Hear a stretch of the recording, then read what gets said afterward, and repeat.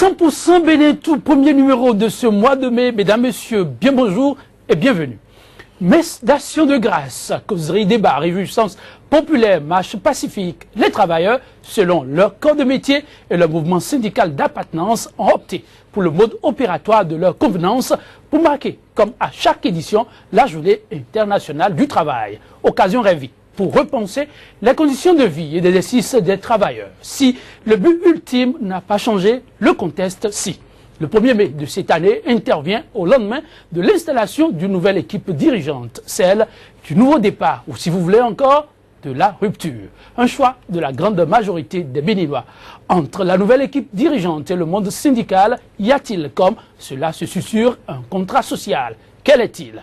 Les revendications syndicales restées sur la table du gouvernement défunt, toujours d'actualité ou remises à plat. Ce sont là, entre autres préoccupations à aborder au cours de cette émission essentiellement dédiée au 1er mai. Enlevé de rito, deux acteurs du monde syndical. Mais avant de les retrouver, ce qui fait la une des journaux dans leur parution ce jour, la revue des titres. Nous amène à la découverte de la une des journaux exactement comme la semaine écoulée. Kodovia mettons-nous déjà prêt à passer à l'acte, nous informer. Kodovia mettons-nous, bonjour. Bonjour Joël Yetodi. Et ce matin, oui, la forme. Prêt pour bien embrasser la semaine? Je crois bien avec la grâce de Dieu. La journée internationale du travail serait le parent pauvre des préoccupations de nos confrères ce matin. Oui, c'est bien sûr ce que nous avons constaté en parcourant la une des canards que nous avons eu ce matin. Par contre, le ministre des Infrastructures et des Transports a occupé une place de choix chez les confrères du fait de sa visite de l'avion présidentiel acquis ou en voie d'être acheté par l'État béninois. Donc vous aurez le temps de le constater à la une de nos canards. Et si vous le voulez bien, Joël Yetodi. Oui, vous avez la parole. On enclenche donc avec le quotidien Actu Express qui met d'ailleurs en second titre veine polémique autour de l'avion présidentiel. Trop de bruit pour rien. Le ministre Hervé Khekhoumé doit faire preuve de circonscription. Et puis en manchette, affaire manuel scolaire, les clarifications du secrétaire général du ministère de l'enseignement maternel et privé vivement attendues. Arrestation abusive dans le dossier PPEA 2. Jotin Kocheyi crie à l'injustice et en appelle à la diligence des autorités compétentes pendant que les véritables coupables sont en liberté. Les innocents sont en prison, crie Jotin Kocheyi, et peu flou autour de l'attribution du marché de tatouage des vitres à la Direction générale des transports terrestres. Dame Justine Ahoti, épouse Kocheyi désirée, auditionnée par la brigade économique et financière. Café matin. Dernier conseil des ministres, dissolution de certaines institutions budgétivores. Gilbert Kekpe salue le dynamisme du chef de l'État. Le président du PRAD l'invite à aller plus loin. Et puis, ce 56e anniversaire de l'indépendance du Togo. Les Togolais résidant au Bénin célèbrent avec faste l'événement. Le journal Cocorico Info, le gratuit béninois. Maboudou Salifou Boukari, secrétaire général adjoint du SIDOB, à propos des décrets portant promotion et nomination dans l'ordre national du Bénin, à titre exceptionnel et militaire du personnel des douanes, que les autorités annulent ces décrets. Ceux qui ont fait des exploits sont exclus. Célébration du 1er mai, les pires formes de travail toujours imposées. Marche et réflexion ont marqué l'événement au Bénin, fait constater le journal Cocorico Info. Info Sud cette fois, gangsterisme à la tête de l'État, l'aéronef présidentiel, un autre dossier payant géré par Yahi, Kouché et Sonon pour une circulation apaisée des usagers. Les conditions d'utilisation des gyrophares sont bel et bien définies. La boussole polémique autour des propos du président Patrice Talon à l'Élysée. Lionel Zissou attaque et contre-attaque pour lui. Le Bénin n'a pas un problème de capacité, mais de ressources humaines. La Nouvelle Gazette, mensonge sur l'appareil présidentiel lors de la visite du ministre des Transports. Le vendeur de l'avion menace d'assigner l'ANAC. La Nouvelle Tribune, Conseil national du parti Alternative citoyenne. De nouvelles orientations pour accompagner Talon les engagements de Djogbenou contre l'impunité. La relève info, visite du ministre des Infrastructures et des Transports, Hervé Yves Hekome, pose déjà des pas rassurants. La source de l'info floue autour de l'état technique de l'avion présidentiel que cache la précipitation dans l'acquisition de l'aéronef. Entre déception et curiosité, Hervé Hekome s'en remet au Conseil des ministres. La tribune de la capitale, affaire de détournement des millions de la présidentielle de subalterne par le haut commandement militaire.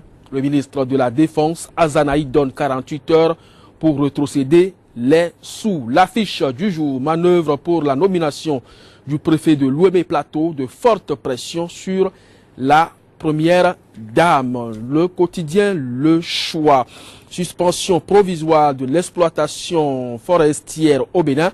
Jacques Dansou appelle le président Talon au secours pour le dénouement de la crise. Le confrère de la matinée, après la joute électorale, à peine la joute électorale terminée, les artificiers en intox reprennent du service contre ASG après avoir gauché une partie des primes des hommes de rang.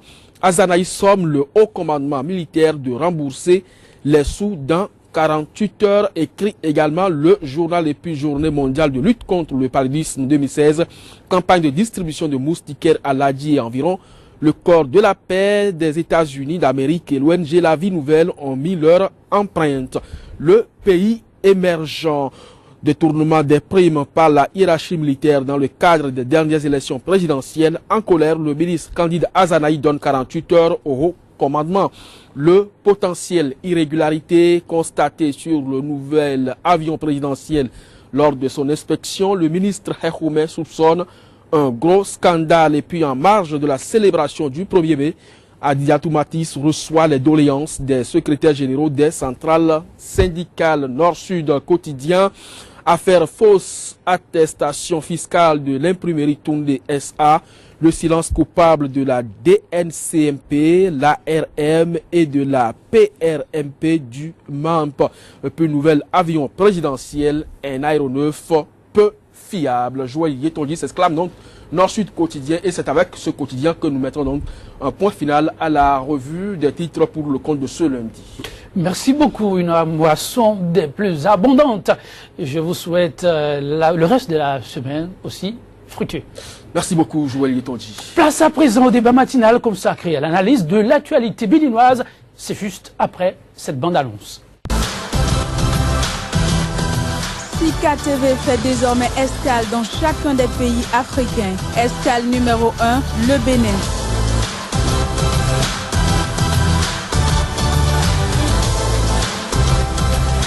Retrouvez désormais sur Sika TV votre émission 100% Bénin consacrée exclusivement à l'analyse de l'actualité au Bénin. Pendant 45 minutes, la parole sera donnée aux spécialistes de l'information et autres analystes pour décrypter l'actualité socio-économique et politique.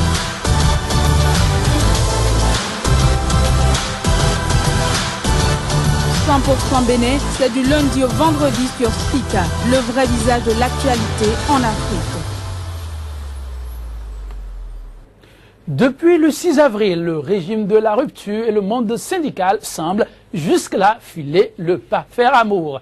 La plupart des chantiers annoncés et ceux ouverts par le régime rencontrent dans l'ensemble l'assentiment des partenaires sociaux. Le souhait, en croit bien des langues, est à une lune de miel qui en arrive à couvrir tout le quinquennat. Nouveau départ et monde syndical, symbiose possible durant les 5 années de gestion à venir. Quelles pourraient en être les conséquences dans un cas comme dans l'autre? Deux responsables syndicaux pour nous entretenir. Noël Chadaré, il est le secrétaire général de la COSI Bénin, la Confédération des organisations syndicales indépendantes du Bénin. Noël Chadaré, bonjour. Bonjour, monsieur le journaliste. Merci d'avoir répondu à notre invitation. C'est un plaisir pour moi. Le second invité a pour nom Laurent Métoyon. Il est le secrétaire général de la FESINTRA Finance, la Fédération des syndicats des travailleurs des finances. Laurent Métoyon, bonjour. Bonjour, monsieur le journaliste. Et ce matin, mais on a la forme. la FESINTRA Finance, comment se porte-t-elle? Elle se porte très bien. Fête du 1er mai, la toute première festivité sous l'aile du régime de la rupture. Qu'est-ce qui aura fait sa particularité au niveau du monde syndical? D'abord au niveau de la COSI, puisqu'elle est là. Noël Chadaré, qu'est-ce qu'on peut retenir? Oh, je dois dire que la COSI, cette fois-ci, a décidé d'aller fêter à Lokossa. Nous sommes allés à Lokossa, à l'usine textile de Lokossa, pour aller fêter avec ceux qui sont là, les travailleurs de cette usine-là. Il y a eu, n'est-ce pas, cette fête a été placée sous la... il y a d'abord la réflexion, la méditation, il y a une formation, et puis après on a partagé une petite bière, un petit coca ensemble. Mais c'est réflexion, méditation et aussi, n'est-ce pas, fête.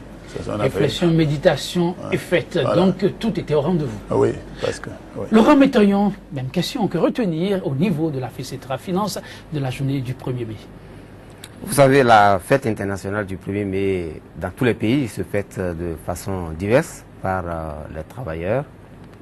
Au niveau de la FECETRA Finance, nous avons organisé un conseil syndical fédéral et sur le thème lutte et responsabilité des travailleurs du ministère en charge des Finances dans la prise en charge de la gestion et du contrôle des biens publics au profit des travailleurs et des peuples de notre pays. Que faire? Donc c'est autour de ce thème que nous nous sommes réunis et assez de décisions ont été prises dans l'intérêt non seulement des travailleurs du Bénin, ceux du ministère des Finances en particulier, mais également dans l'intérêt de notre pays. Parce que la FECETRA Finance s'intéresse à beaucoup de choses en dehors de ses revendications d'ordre matériel et moral.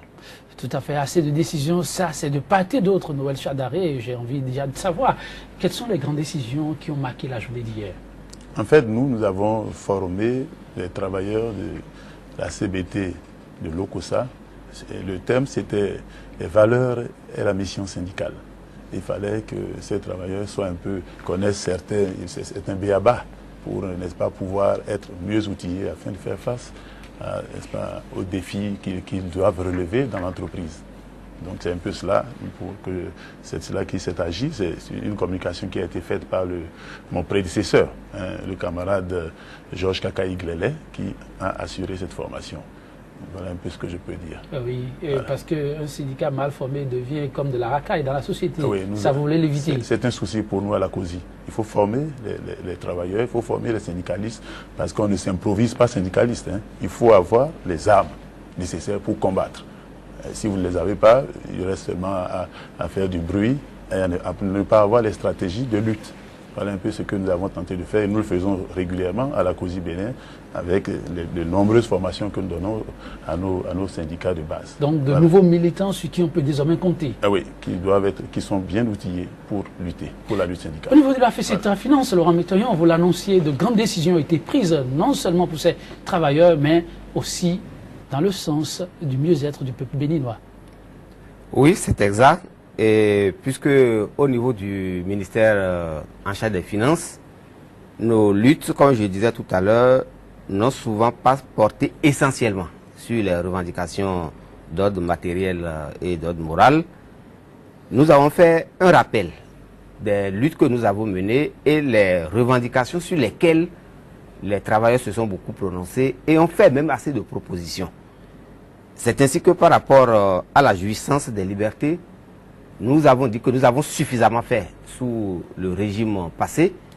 Nous n'avions pas souvent été bien entendus, bien écoutés, puisque tous ceux qui ont violé ces libertés n'ont pas été punis. Donc nous sommes revenus là-dessus et nous attirons l'attention du nouveau pouvoir pour dire